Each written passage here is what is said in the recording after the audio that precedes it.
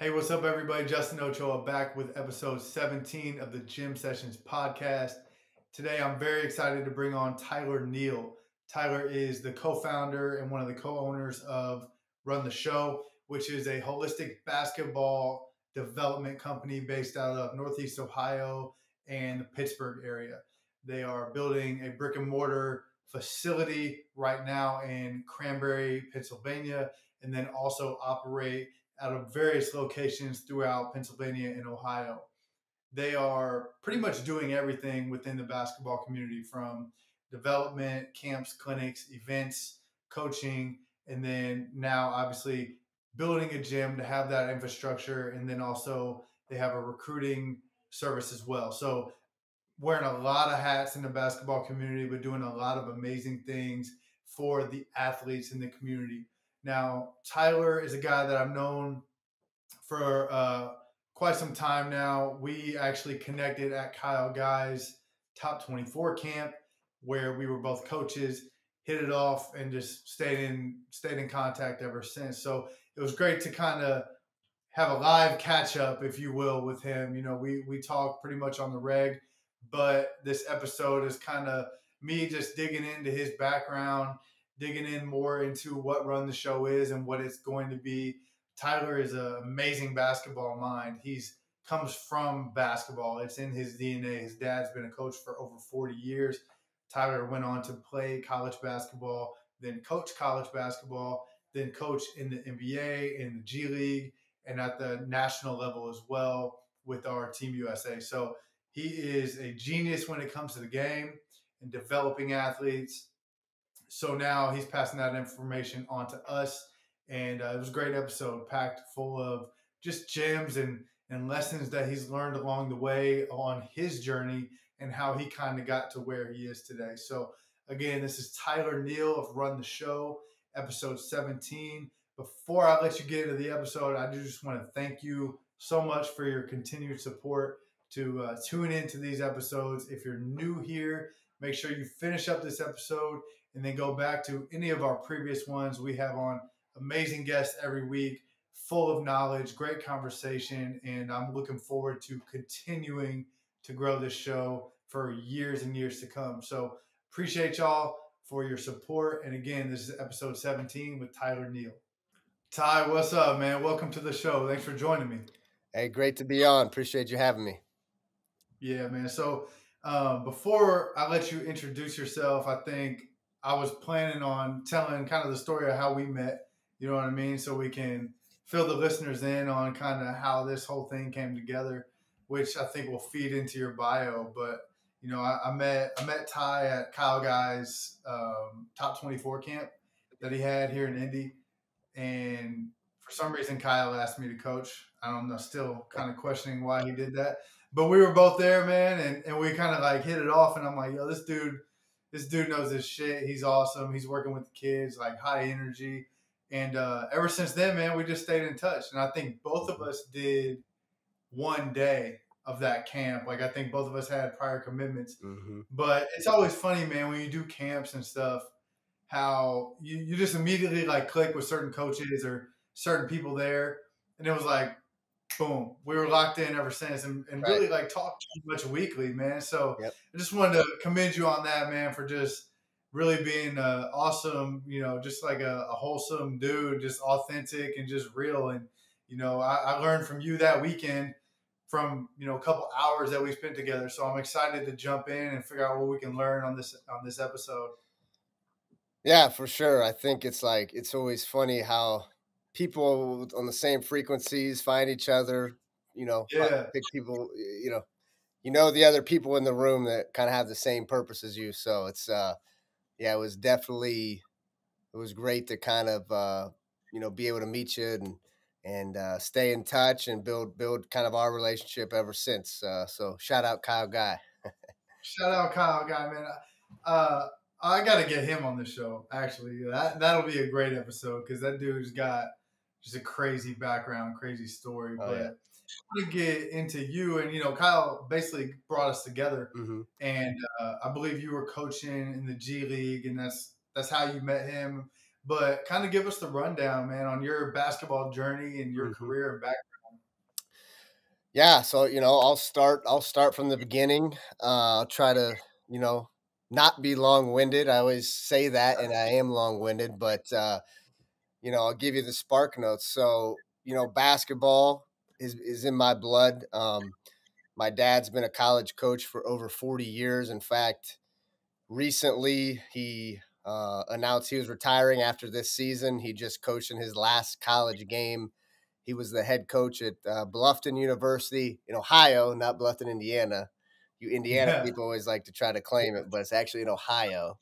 Yeah. So he was the head coach there for 34 years. So I grew up in the gym. I grew up around the game. I'd get out of school and walk 5 blocks down and was in the gym with my dad, the players, until I was old enough to play. And then, I played for my dad at Bluffton for 4 years.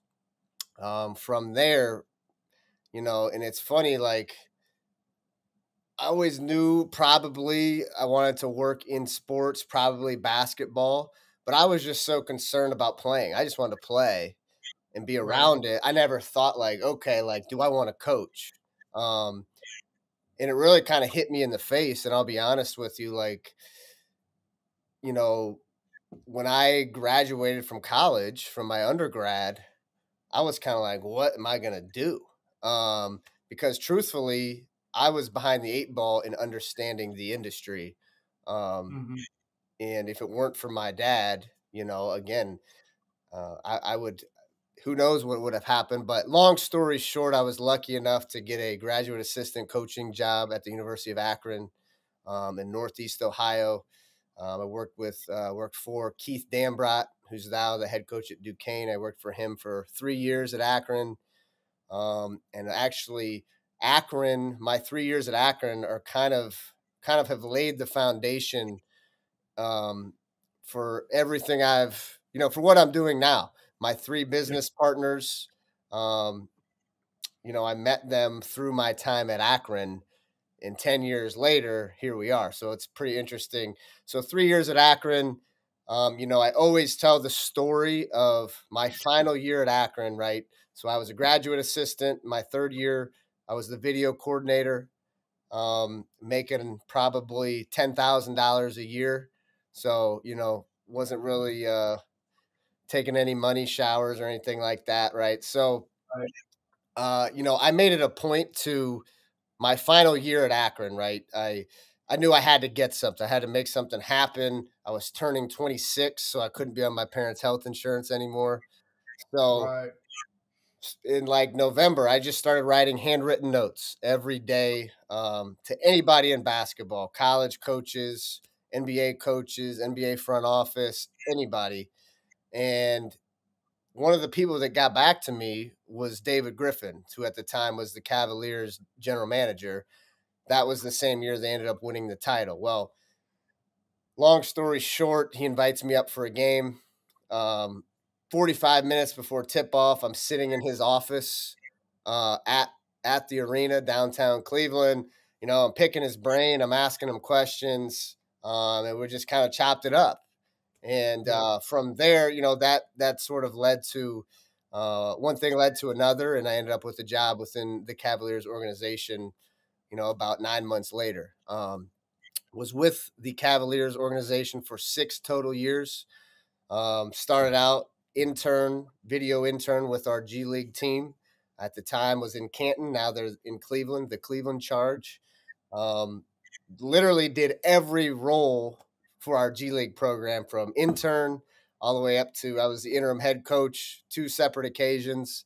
And then was just a part of the Cavaliers player development team, summer league staffs, and the way they have it arranged now is pretty cool. So like my last year and a half, I had a desk in the Cavaliers facility, and you know, it's a smart thing how they do it is, the G League coaches are just an extension of the NBA staff now. So you're part of everything. You're in the meetings, you're in the Mm. workouts, you're in the NBA practices. So, you know, I'm fortunate to have that experience, and it's kind of interesting, like how it all came full circle, like from literally picking every G League player up in my 2006 Pontiac Grand Prix for training camp when it was still the D League to Yeah.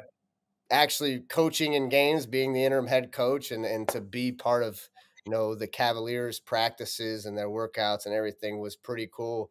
And in between all of that, I did get some opportunities, spent some time with USA basketball, which was an unbelievable experience. So part of the qualifying windows, the teams that Coach Van Gundy coached, got to be part of those, and then was on the World Cup support staff in 2019, right before the world went crazy. So some really good stuff in the last 10 years. But that's kind of my brief resume as it stands now. And then recently, within the last 8-9 months, um, along with three other partners and co-founders, I started Run the Show, which is a holistic basketball player development and skills company. We're based out of Western Pennsylvania, Pittsburgh area, and then Northeast Ohio, Cleveland, Akron, and Canton. So that's where we stand now.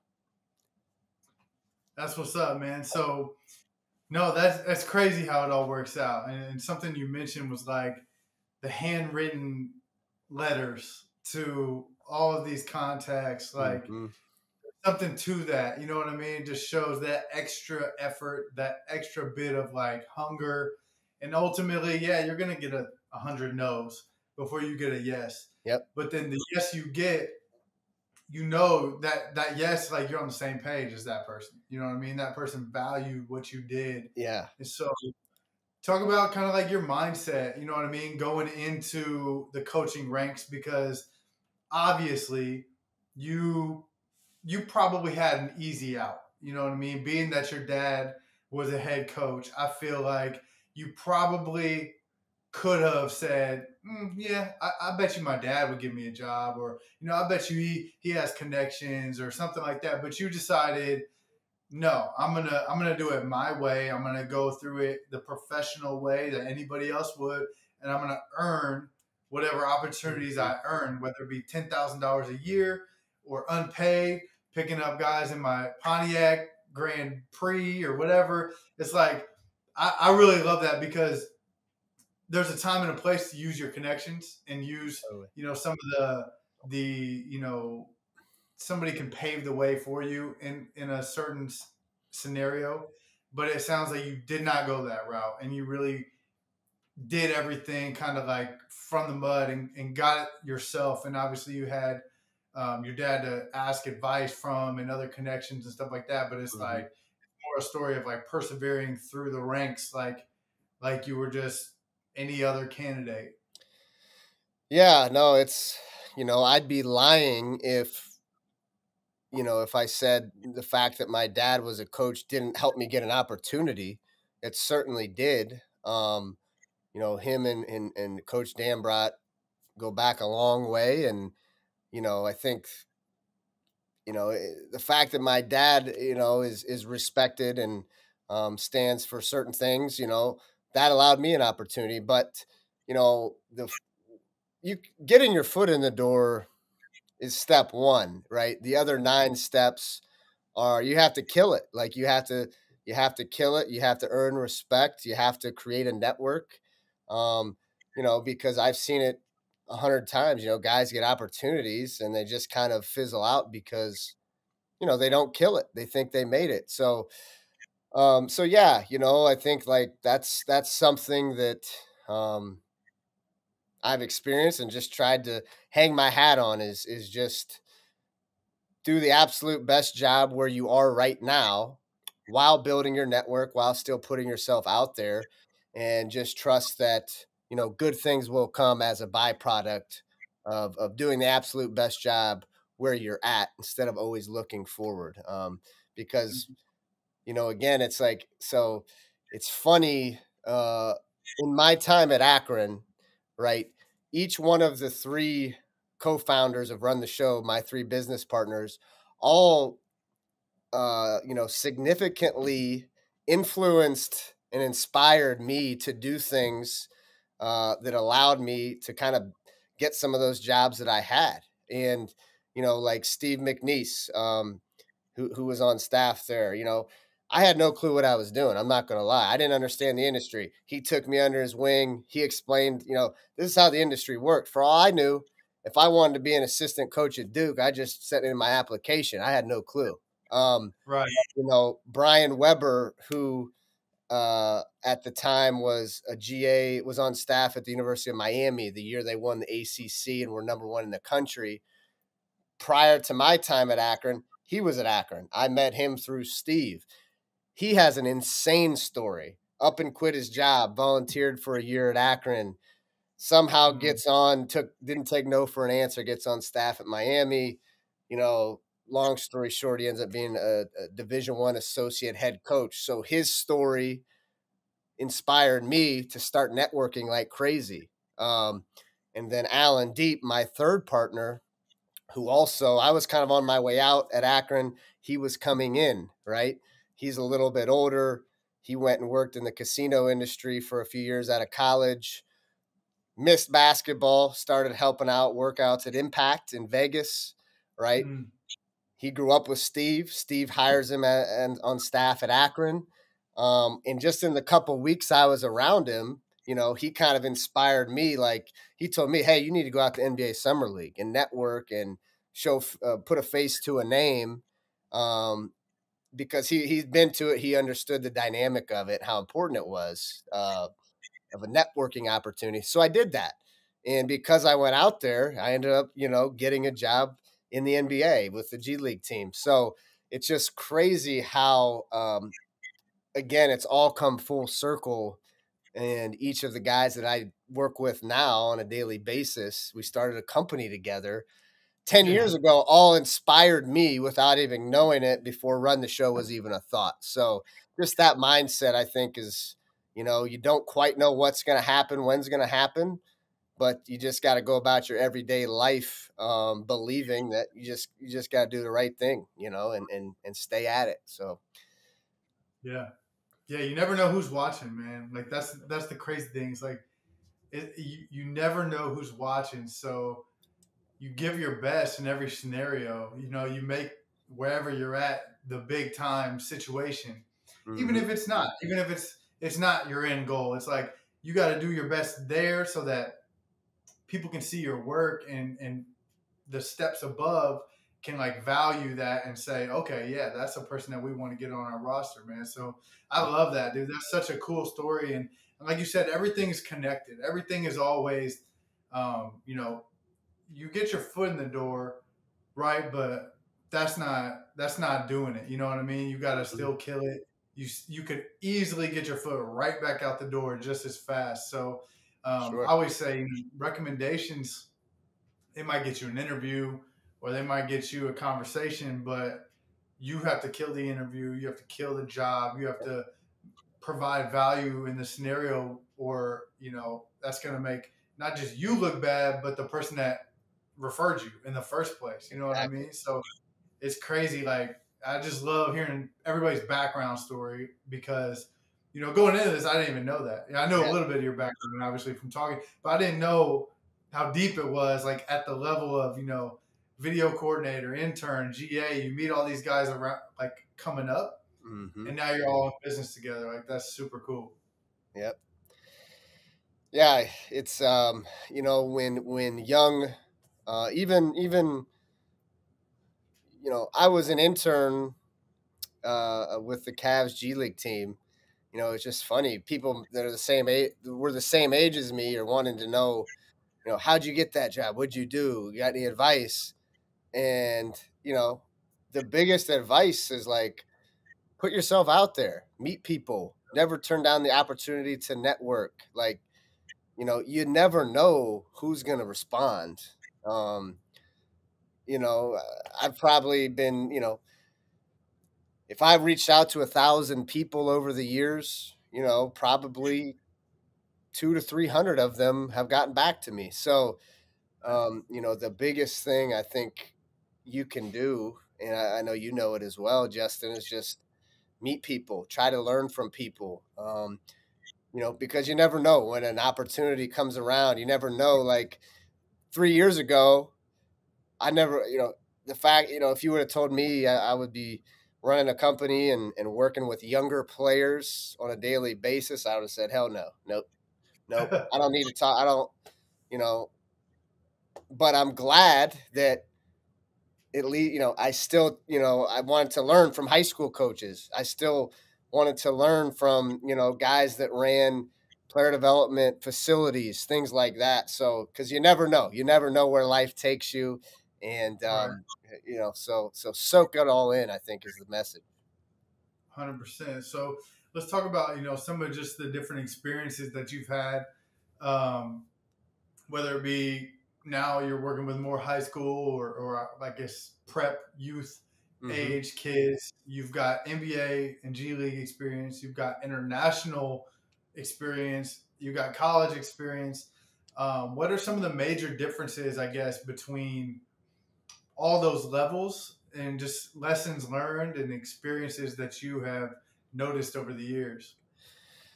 Yeah, it's funny, it's like, I think when I went from college to the professional game, I got that question a lot, and there was some definite differences.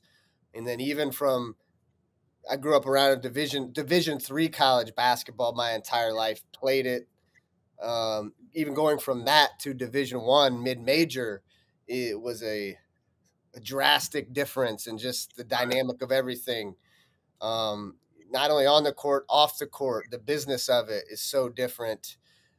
So yeah, it's been interesting to work in all these different levels of basketball and sports and to compare the differences and similarities. Like, it's funny. I think the more interesting thing is it's still basketball. On the court, certain things that work for sixth graders are still ring true for professionals. So it's definitely an interesting question. I think the biggest difference, like, you know that I can speak on, is from college to professional. Just so much more business. It just feels so much more corporate. um, you're dealing with um, adults. Like, this is their job. The player, and speaking about the players, it's like this is their job, and this is how they're going to provide and make a living. And so, you go from college where you're kind of helping young adults, young men mature, develop, understand, how to create a routine, how to um, be a professional, go about your everyday like this is your job, right? Being on time, a lot of that stuff. Hey, what's your grade in this class? Let's talk about this.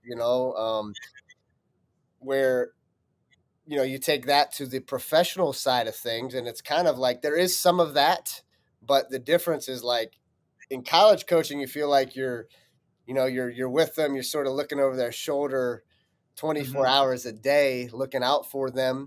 um and at the professional side, it was a little bit of like, hey, you're here from whatever 11 a.m. to 2 p.m., practice, film, get your work in. um Whatever you do outside of that, that's on you. And we really don't care as long as you're not affecting your ability to do your job at a high level. Go do you. And so that was sort of the biggest difference. And if you're not able to do that, well, at the professional level, like, they're taking your money or they're bringing somebody else in. So that was the interesting part in experiencing all of that and making that jump.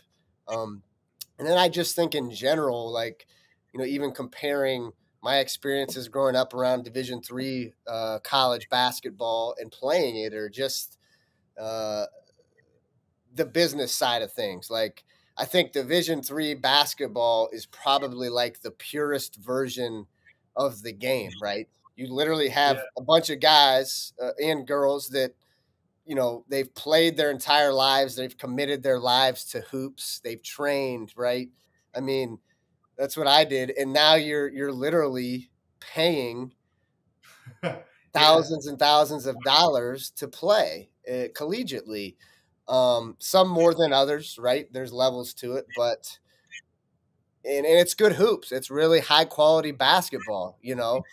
And so, you know, sometimes you have 18 people at the game. Sometimes, you know, if it's a big game and the students are on campus, yeah, it's a cool experience and there's a good crowd, but it's the purest form of high level basketball, in my opinion.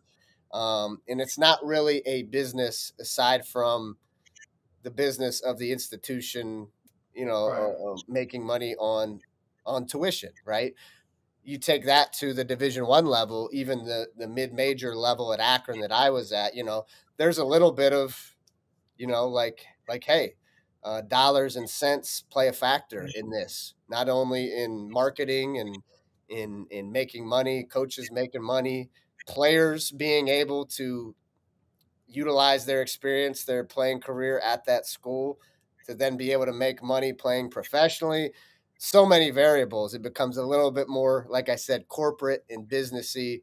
And then obviously the NBA and the professional levels are that's in theory why they exist. So I think some of that is definitely the biggest differences in all the levels that I've experienced. And it's all interesting. I don't think any of it's bad as long as your purpose is, you know, is wholesome. But it's interesting. It's definitely interesting. Yeah, no, you mentioned something that I was going to bring up too, and that's like the similarities. Because there's obviously going to be differences. Um, you know, each level you go up, the severity of how the best at that level approach it Mhm. is going to set you apart. You know, because let's be real, there's really good players at every level that don't take it seriously. Yep. Still, even in the NBA, like there's dudes that are just good and that's their job.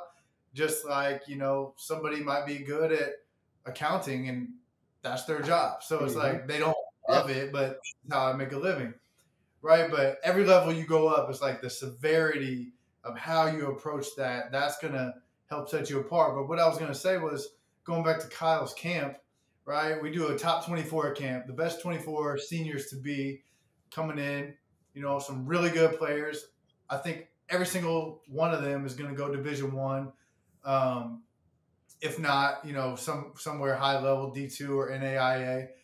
But it was like the drills we were doing was the same drills, you know, yeah, like at our station, we're catching, we're ripping through, getting to a jab series, we're coming downhill, cross jab, playing off two for a finish. Like that's just basketball. You know yep, what I'm saying? Like it doesn't have to be special just because you coached in the G League or you coached in the NBA or whatever. It's still just good basketball.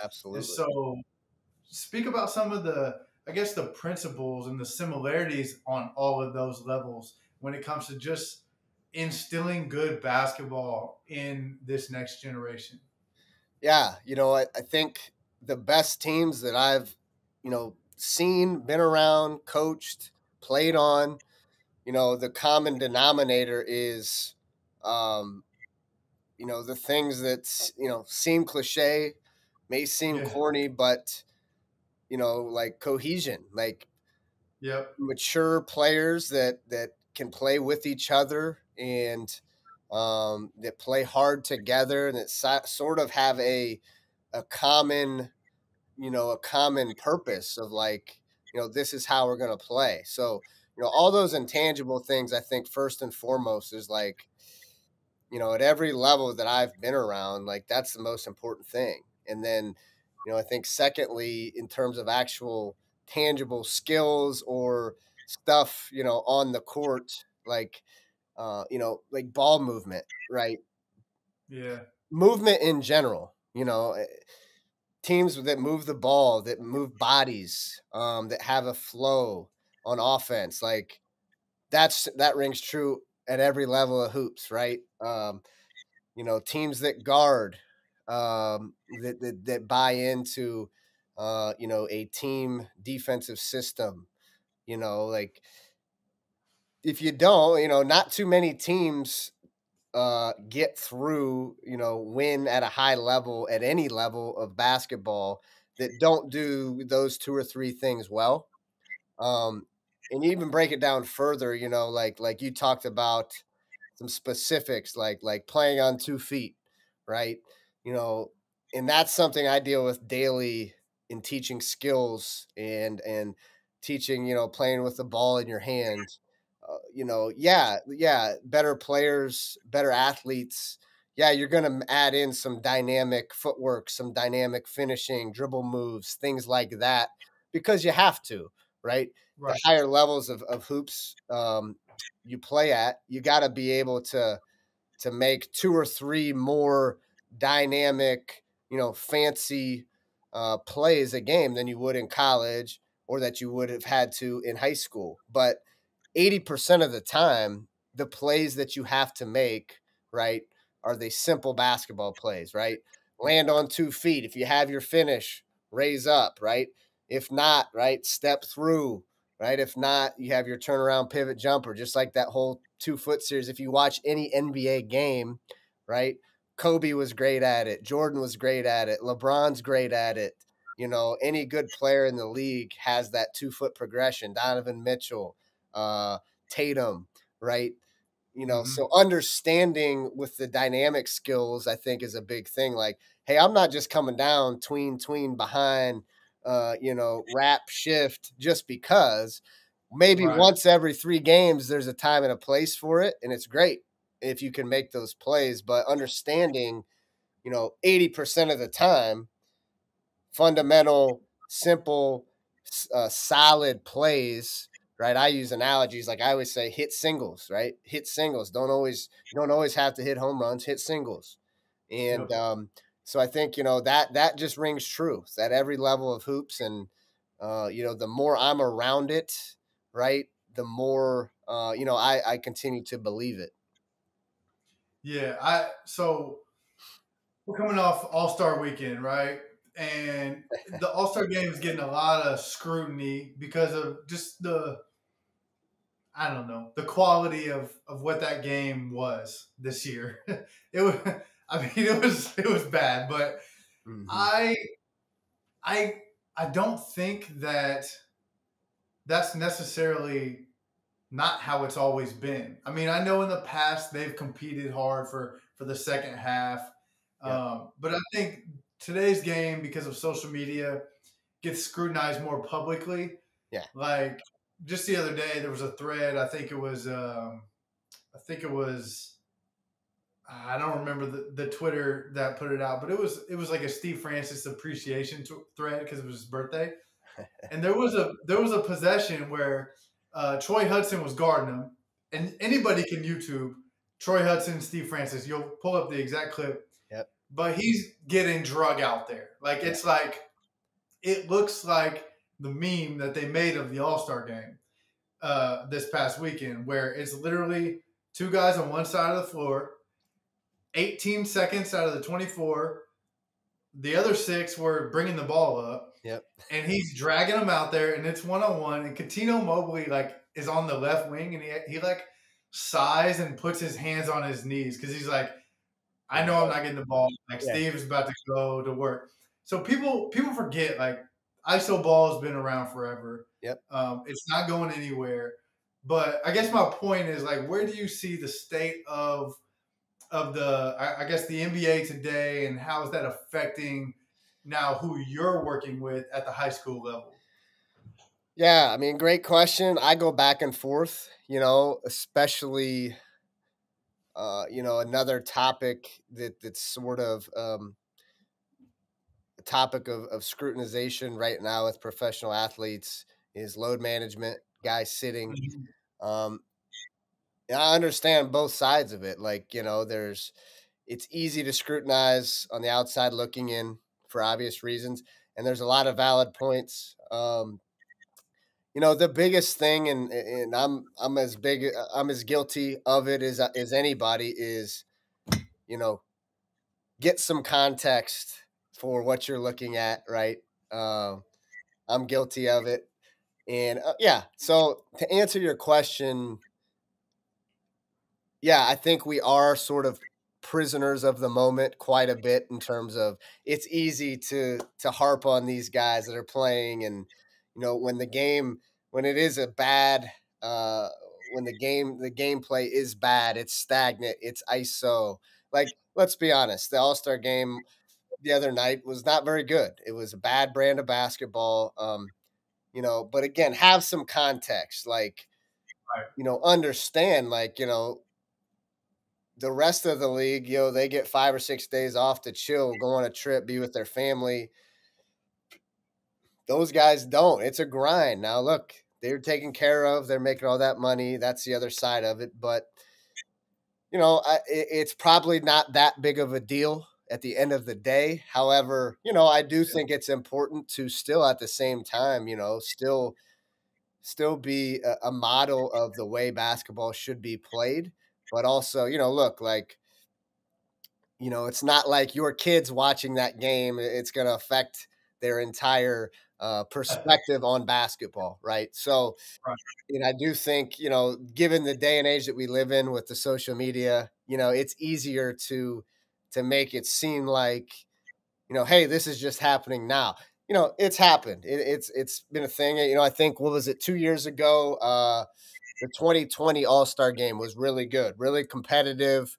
The gameplay, in the fourth quarter was high level execution, ball movement, darting, concepts. So, yeah, it's easy to be a prisoner of the moment and to scrutinize. I'd love to see the last 8 minutes be competitive and be Right.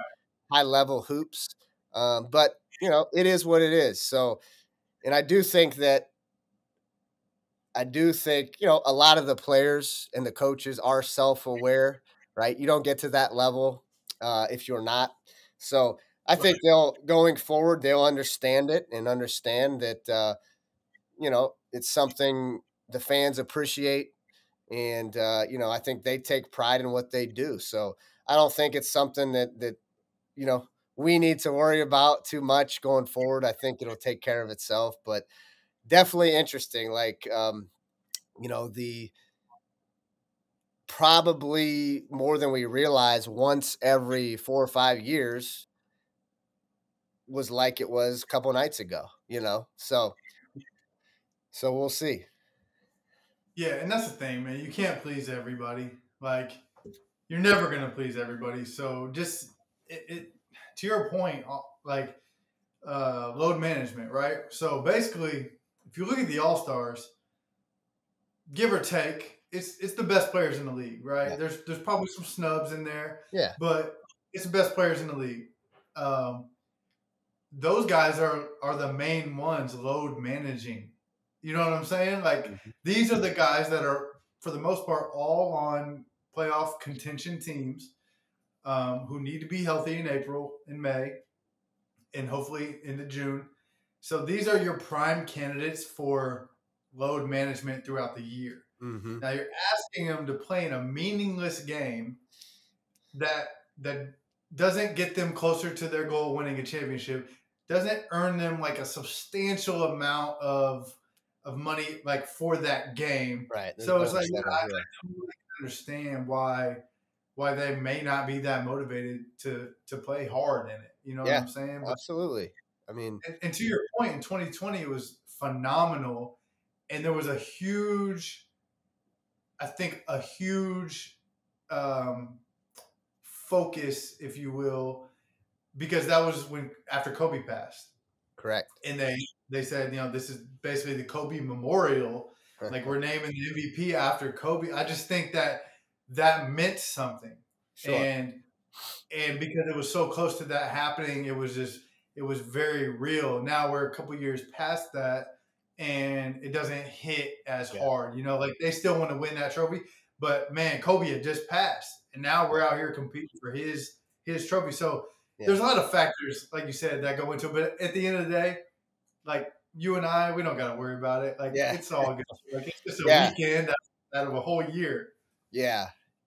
Yeah. It's complicated. It's like as fans, as people that care about the game, would you rather those guys play hard, compete as hard as they can for 8 minutes in an all-star game, or risk not having them for 3 or 4 more years, you Right. know and to be able to enjoy them more so at the tail end of their career. So things Right. to think about, all things to think about. Yeah, and the crazy thing is here in Indy next year, so Oh, that's right. it's already starting to like people in Indy. Nobody hates on Indy more than people who have nothing going on in Yeah. Indy. So like we're known as like a venue that does events really well. Like Hmm. our Super Bowl, it Final went down four. as Yep. the best Super Bowls ever. Men's and women's Final Four, Big Ten football and basketball every year, tons of conventions. So we get Yep. the All Star game, and people are like, oh, it's not going to be fun. Like there's nothing to do. It's like just watch. Like it's gonna be insane. It's a production. Like the the things that go on behind the scenes, like it's nuts. Yeah. But anyway, yeah, here we go on rant one. Let me reel it back in, try to get you back on basketball. No, I Uh, agree. I agree. I've been to on that point, and then we can move on, right? So I grew up like just about every year. I would go to the Final Four with my dad, wherever it was, and you know, our favorite place to go was Indy because it was, it's a great city. It's easy to get around. They do a great job. So I've always thought that, So I think they'll do a phenomenal job with the All Star game. yeah, and all we need is just a decent game, Yeah, a dunk contest that doesn't suck, yeah, and like if we just get any type of like one or two events that pop, like that's what people will remember, and I think it'll be all good. So, yeah. They'll get something going at Tiki Bob's, and it'll all be oh I'll be good. yeah, hopefully not. Hopefully, I'm not there. We'll just say that. Yeah, I'm staying out of uh, there. yeah. So I want to ask you. We've talked about run the show a little bit, Yep. um, but I want to ask you more about kind of what your plans are for that. What the vision is, what the goals are, and kind of where you guys are now along that process. Sure. Yeah. So like I kind of said earlier, run the show, right? So uh, just to lay the foundation of it all. Obviously, myself, I have three partners. Two that coached at the Division I college level for 10 plus years. Um, Steve and Brian were both Division I assistants. Brian was a Division I associate head coach. Steve played professionally, played in two NCAA tournaments as a player. So much experience at the college level. And then our other partner, Alan, um, like I said, deep ties to USA basketball, was actually an assistant coach for the national team for qualifiers, World Cup stuff, and then spent 5 years at the professional ranks. I think 2 years within the Boston Celtics organization, and then most recently was the associate head coach for the Knicks G League team. So that's our team, right? We all four started it together. We sort of the timing of it was perfect. We were all kind of at a point in our careers and our lives where we have young families, and for different reasons, it all made sense to come together at the same point in time here. So right now we're operating Western PA. Like I said, we are actually opening our own facility, um, the Run the Show Hoop Club. It'll be in Cranberry, Pennsylvania, about 20 minutes outside of Pittsburgh. And then we also operate, that'll open right now we're slated for early May to open our doors.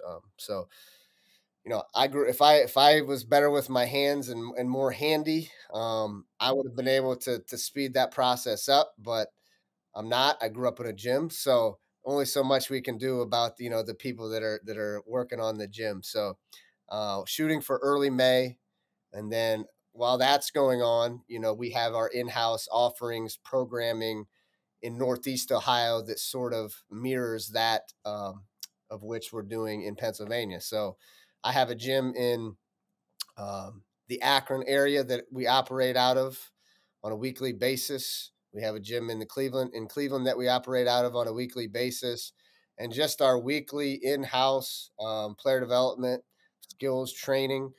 Um, we work with over a hundred different athletes of all ages in each respective area. And so that's kind of the meat and potatoes that will always be there. Our goal is to, um, step two would be to bring the same facility to Cleveland or Akron. And so that's kind of our vision, and see where it goes from there. Aside from the in-house programming, um, we have some big partnerships with other basketball entities or groups.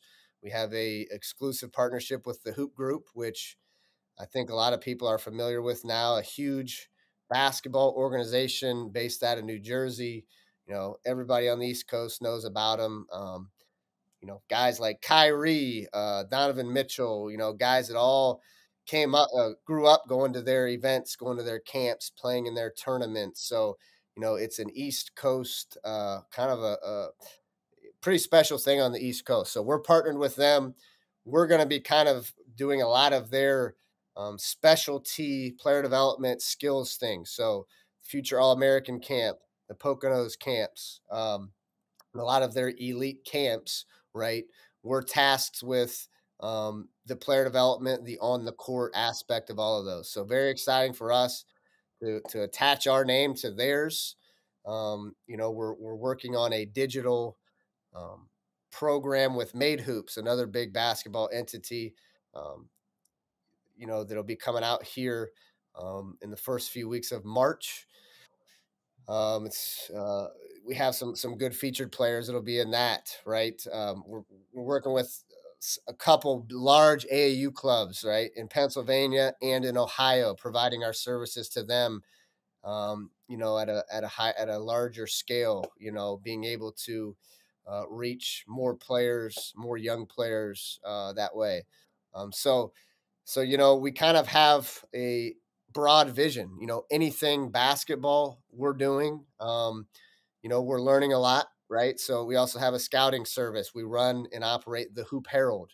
So if you follow the Hoop Herald on Twitter, that's us as well. We service around 50 Division I teams right now with our scouting service, and then our Hoop Herald is a basketball media entity that helps young players get promote themselves, get their names out there, helps them get recruited, be seen, tell their stories. So, again, anything basketball, we're doing it. And I think some other things will come to fruition here soon as well. But that's kind of the gist of it right now. We've learned a lot so far. I think some of the ideas and the grand visions we had a year ago, stuff that we thought were really good ideas, are not good ideas anymore. So it's funny, and I'm sure you've experienced this as well, Justin. I call you probably once every 10 days asking you advice. What's your experience in dealing with this? What's your experience with that? And so, that's the challenging part, but also the fun part at the same time, is kind of looking back, seeing how your company has grown and will continue to grow based on your successes, and then the tribulations, or your trials rather, uh, you know, what you've learned from. So that's run the show. That's dope, man. No, something that just came to mind. I would be, I would be um, disappointed in myself if I didn't shout out Carl Jacobson, because he came to mind when you said Cleveland, and he also played a role in bringing us together as well. So No got to doubt. give him a quick shout out real quick, because I know he's doing some stuff with you guys on the strength Yeah. conditioning side, and that's just a good dude. And I think when he saw us together at that camp, some light bulbs went off for him as well. But Yep. Yeah. in Carl's terms of great. running, yeah, great dude, man. Like, what are some things so far that you've learned? Like, man, I could probably write a book on all the shit that I did wrong when it came to opening a facility and doing that stuff.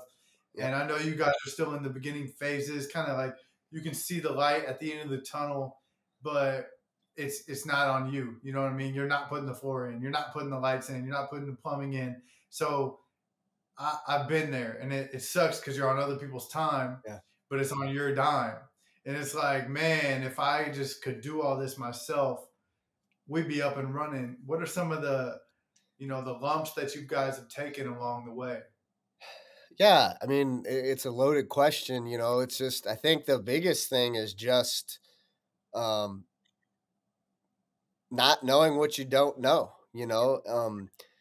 I think about kind of when we, last summer, late spring, summer, when we truly came together. I mean, we had kind of planned a lot of this and met, um, virtually, a lot of Zooms leading up to last summer. But when we actually started doing stuff in the gym together, um, it was like we had an idea. We knew, what we wanted it to turn into, but what are the steps to get there? And Hmm. honestly, our biggest goal, and it still is like if we can get in the gym with people, like they're gonna believe in us. Like, if I can get anybody in the gym, if our team as a whole can get any player or group of players or team or parent in the gym and see what we do, they'll believe in us. And so, early on, it was we were just trying to get people in the gym and kind of show our value and show how we can truly help young players get better and grow and put a plan in place. So, the biggest thing I think we've learned since the beginning of last summer is efficient ways to do that, right? Um, Right. and again, a lot of it's been throwing mud at the wall. What was throwing mud at the wall early on and see what would stick, but um, you know, and the other side of it too, Justin, is not now. It's not just basketball, right? It's the other factors, the overhead costs, the margins, right? You have so X number of hours a week that you can work, and you have to be efficient. You have to be efficient with that time and not it working smart. You have to work smarter, not harder, but still working as hard as you can, if that makes any sense at all. So, I don't think I'm there's been like one specific like thing that it's like, wow, like that was hard. It's all been hard. And especially kind of Mhm. jumping off a cliff. Um, you go from kind of having that paycheck, you're conditioned to every 2 weeks, I got a paycheck to now you gotta make it happen. You have to make it happen. And so all that put together, it's been challenging and um, it's been nerve wracking, but we've kind of gotten in a groove and just figured out like, hey, we know a lot of things that work. We know what a lot of things that don't work and are what's worth our time, what's not worth our time. We're still learning. We're still going to have some of that, but I think to an extent we've got a lot of that figured out.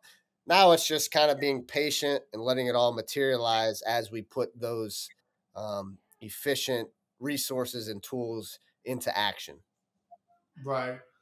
So in terms of like run the show, when you guys get the official building open and you guys are rocking and rolling, are you guys looking to continue your operations in Ohio, like whether it be at like existing facilities, locations, like high schools and stuff like that? Are you going to try to morph everything up to that building that that's basically your hub now? Like I don't know the geography, so I don't know if that like makes sense to do or not. Yeah, so you're saying funnel everything to the one facility? Yeah, yeah. Like I don't know how Yeah. close they are, or if it's like a Yeah. situation. It Yeah, has to be no, two. yeah, good question to an extent. So in Western Pennsylvania, yes, you're correct. Like everything we do in Western Pennsylvania, for the most part, will be funneled to our facility. Now, for some of the bigger groups and other basketball groups that we service, we will still go to them to an extent. A- and then, geographically, right? So where I operate out of in Northeast Ohio, we're about an hour and a half, an hour 45 away from that facility in Pittsburgh. So no, like that's too far. We will not, we Mm, will, like I said, our goal is to have that same hub then in the yeah, next handful of years here in Ohio that we can sort of filter everything to as well. So yeah, got you, you're correct in saying that. got you. Okay. Now, in the meantime, where are you gonna be? You gonna be kind of floating back and forth, or are you staying in Ohio? Like, what does that look like for you personally? Yeah, so we will keep. For the most part, I will be in Northeast Ohio, Cleveland and Akron. I live in Cleveland with my wife, so keep Northeast Ohio rolling and keep growing it, keep building it. Obviously, I'll shoot over to the facility when I Right, can, and we'll have some special events, some exclusive mini camps or things that we'll do in our facility that we'll promote that'll be really high level. you know all things like that I will be at, but yeah, no, just staying here in Ohio and kind of mirroring our programming over hmm there, and continue to build it up uh, to a point where we can put a facility here. dude, that'd be sick. That would be dope, man. Having two operating, that's the dream right there. Like, Oh yeah, yeah. So, that's the dream. and that's been one So, of our strengths, Justin, is like, you know, I couldn't imagine doing this alone, right? So yeah, you got three I have three other killers with me. Like, hmm we're in this together. Strength in yes, numbers, you know, I'm good at certain things, Steve's great at certain things that I'm not, all the way around. So that's the beauty, and that's been the strength and the backbone of all this coming together. makes sense. Um, so last question before we get into the hot seat, I want to ask like if there are any major goals that you guys for sure have, or that you're willing to share at least in terms of like, do you want to get into, pre-draft training? Do you want to like tap into the AAU world? Is there anything on your radar that you guys are like, yo, when we get this place going, like this is what we're trying to target? Yeah, no, I mean, great question. It's like, I think right now our grand visions were just to be to, our sort of facility, our hoop club model, just try to take that to as many places as we can. And obviously we're in Pittsburgh and Cleveland and Akron, but you know, in a perfect world, I'd love to be able to take that, across the country, and I think we will at some point. Again, it's interesting how as you continue to kind of go through the weeds and experience everything, you figure out niches and what's where the opportunities are. So yeah, I think it's like if that could happen, and you were to tell us, hey, we'll be in 5 or 6 states, yeah, that'd be amazing. But it's more so, I guess, about as we continue to learn and grow, like, what are our opportunities, and what are we going to figure out next as an opportunity. So yeah, I think I'd be lying to you if I said, we didn't want to continue to grow and take that model as many places as we can. That's dope, man. I'm looking forward to watching the journey, man, and just seeing how you guys grow it. And shoot, when you guys get up and running, I'm gonna pull up for sure. It's not that bad of a drive, so Oh yeah, yeah, definitely. uh we'll get you over here. Yeah, man. So last thing before I let you go, I want to put you in the hot seat. It's Yep. just some random ass questions. Just first thing that comes to mind, and most of it is just nonsense. So don't feel like you have to go too crazy on the answer. All right. So first question: do you believe in ghosts? Good question. I have to say I do. I do, to an extent. Like, I believe there is. I don't know if they're ghosts necessarily. I'm pretty technical, like person, so Yeah. I'd have to have a definition. I believe Yeah. in the idea that there is something along those lines. Yes. Spirits, whatever you want to call them. Yes. Yeah. All right. What's your dream car? Dream car. You know what? This may sound um, a little crazy, but I love the vintage, old school, refurbished Broncos.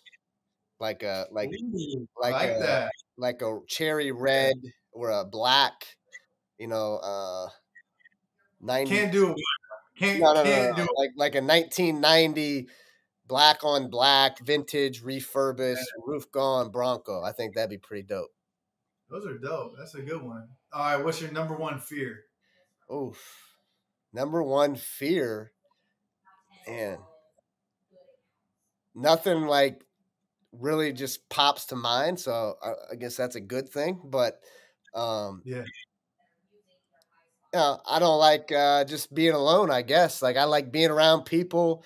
Yeah. Being close to people. Being close to family and just experiencing things and meeting new people. So I guess if I had to say something clear and cut, I would say just like being alone. Yeah.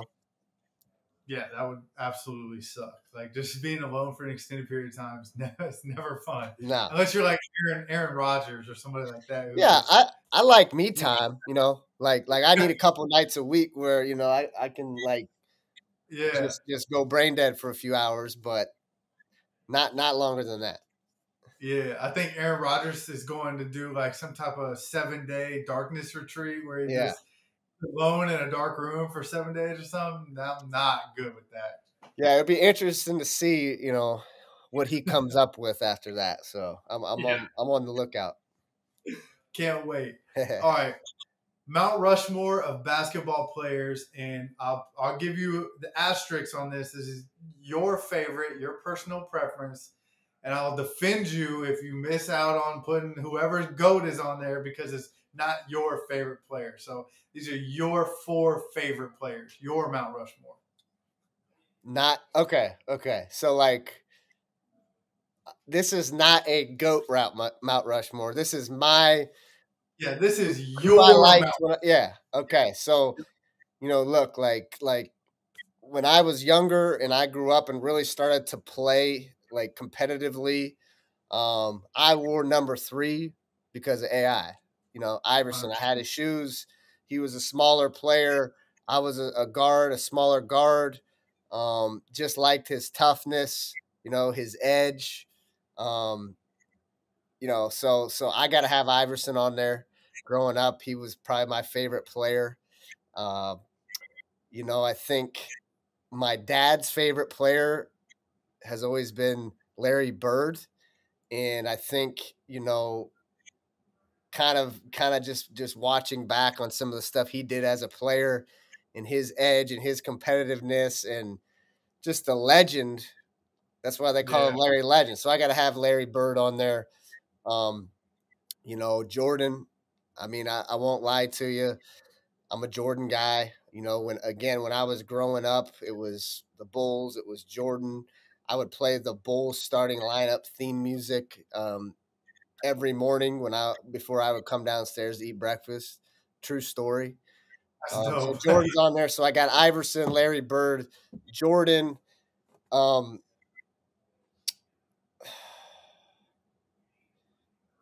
man, this last one is hard because I can go one of two ways. I can go kid, picking as a kid growing up and falling in love with the game, or I could pick now, knowing what I know. So I think the last person on my Mount Rushmore, I gotta put LeBron on there because I was in Cleveland the night that the Cavs won the title, right? And that's a night I'll never forget. Just being in the Yeah, streets and seeing the pandemonium and just knowing what it meant to Ohio, to Cleveland, to Northeast Ohio to win that. LeBron's definitely got to be on there for me. love it. Now that I did the same thing. I was on a podcast and they asked me similar question, and I was like, All right.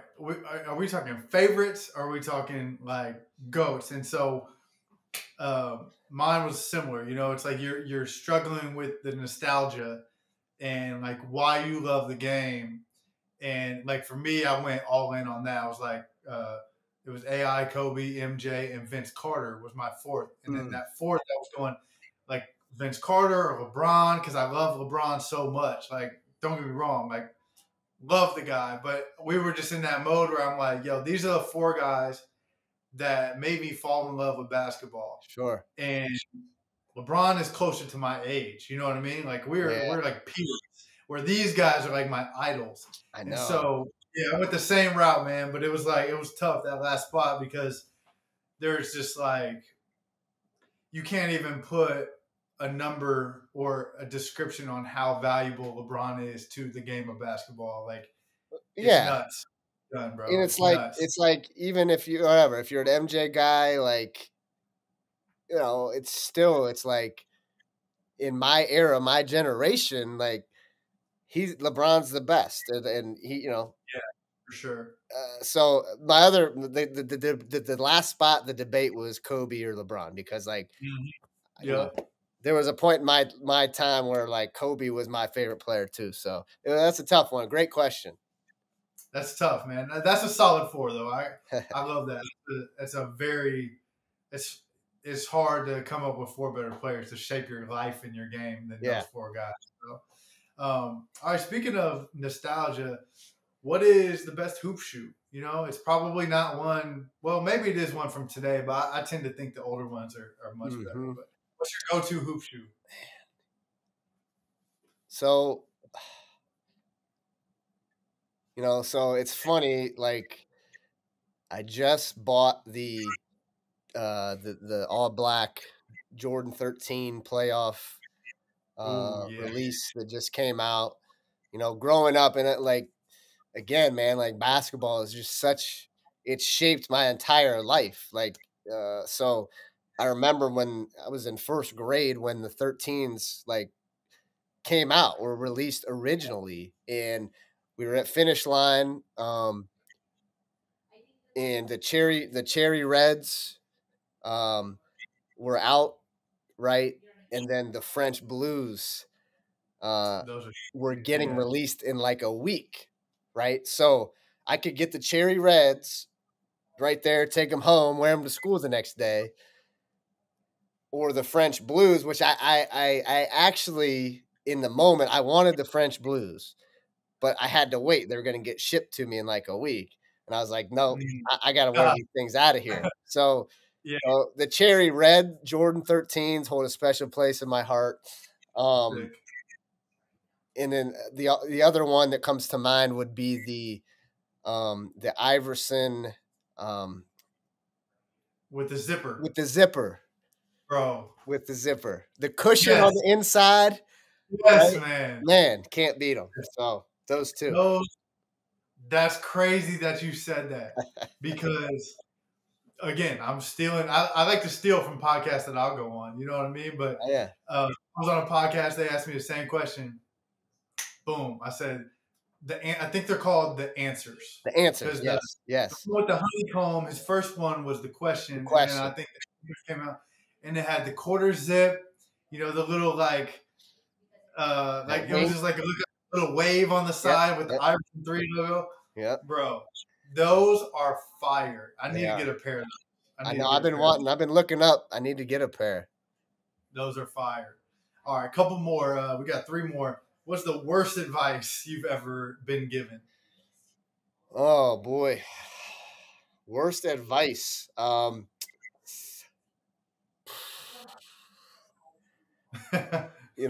I think again, it's probably a good thing that nothing comes to mind because Yeah. I let it go in one ear and out the other. I think just I think we've all worked with those people that kind of downplay things and Hmm. downplay, attention to detail, caring, like, you know, oh, that doesn't matter, let that go. I don't have a specific example, but just trusting my gut and in those situations and doing what I thought was best. I think, I guess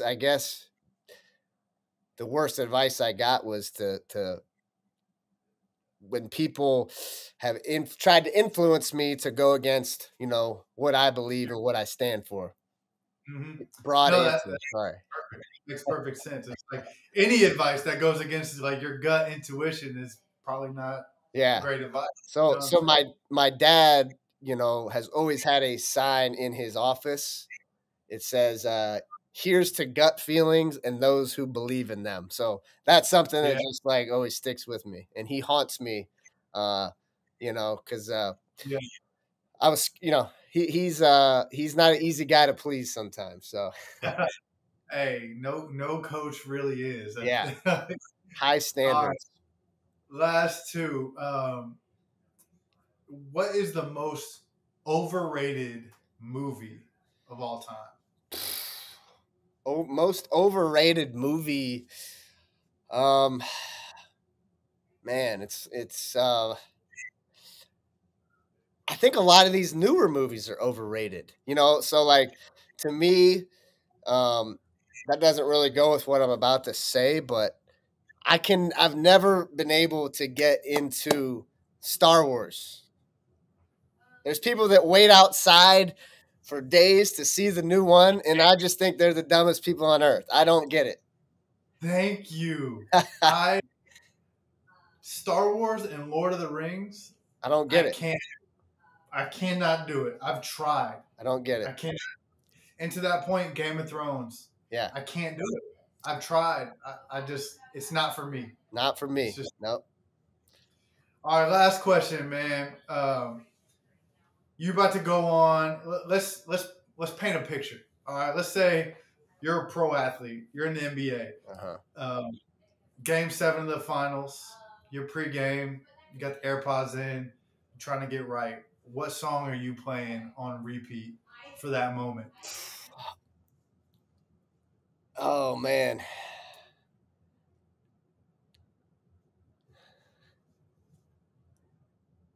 You know what I'm playing?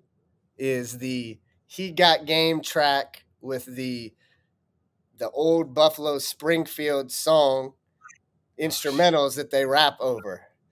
You Yeah, know what I'm talking dude. about? He Got Game. I think it was But I do know what you're what talking was about. Flavor Flav's group? Um, Full yes. So it's them, the He Got Game track. bro, I'm gonna have to put that like in the background Oh, on it's the this best. It's the best. And because then and that's any crazy. any Little Wayne. Like I can rock with any Little Yeah, Wayne. So yeah, for sure. I got one Flavor Flav story. I actually coached a game in front of Flavor Flav. So Oh shit. his nephew, uh his nephew played in the G League. I can't remember the kid's name, the guy's name. Anyway, he came to watch. So I got a little Flavor Flav story in my background. Dude, that's dope, man. Hey, he's a unforgettable character right Man, there, man. definitely. Unforgettable character. Before I let you go, I want to, just give you the opportunity to tell the people where they can find you, where they can find out more about Run the Show, Yep. and just any notable drops that you want to give us. Yeah, so first and foremost, like follow Run the Show on Instagram. So it's at runtheshow.us. That's our tag. Definitely follow the Hoop Herald on Twitter. It's at the Hoop Herald, just like it sounds. A lot of great content, X's and O's, player development, you know, mixtape, just anything basketball. Great follow.